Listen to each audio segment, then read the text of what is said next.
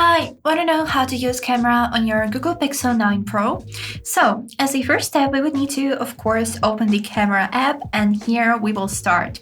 So, first thing that we can see here is just a basic photo mode where you'll be able to make photos from the back camera and also the front camera, which can easily capture your face. Switch between these two we can easily by clicking on this arrow icon at the right side.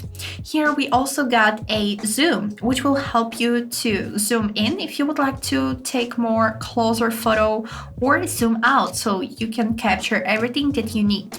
These zooms you can see right here. The 0.5 is making everything like more far away, and 1x, 2x, and 5x is making everything closer.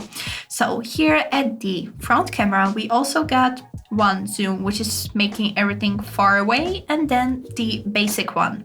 Now let's talk about more modes that we can see right here. So for example, we got here portrait, which is making the object at the center of the shoot. It's making it clear and detailed, and the background will be blurred. Here we also got this interesting feature, name of which is Add Me. And let me show you the preview of this mode.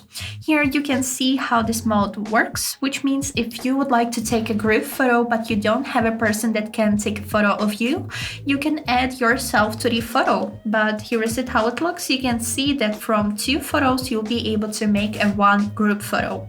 Here we also got long exposure, and by clicking on this question mark at the right upper corner we can also see how this one works. So we can do a creative blur to moving subjects in the scene. Here we also got action pan, which works like the long exposure but otherwise. So let me show you the animation by clicking on the question marks. This will make the moving object in the scene clear and detailed, and the background will be blurred. And this is also a great opportunity to make some creative photos. So let's move on to the next side, and here at the basic photo mode from the right side we got Night Sight, which is perfect mode to make photos at night or just dark environment. Here we also got Panorama. I think mostly people know what this mode is, and it can make a really large photo all around you. That means that we can capture this side, and this side in one photo. Then if you would like to take a quick video while you are in the photo mode, you would need to simply start holding the photo button, and after this you'll be able to start recording a video. And now let's also switch to the video mode that you can see right here at the bottom part of your phone. Here we got video, also night sight video, slow motion, which is making everything move like 4 times slower, and also time-lapse, which otherwise makes everything happening in this scene faster a few times.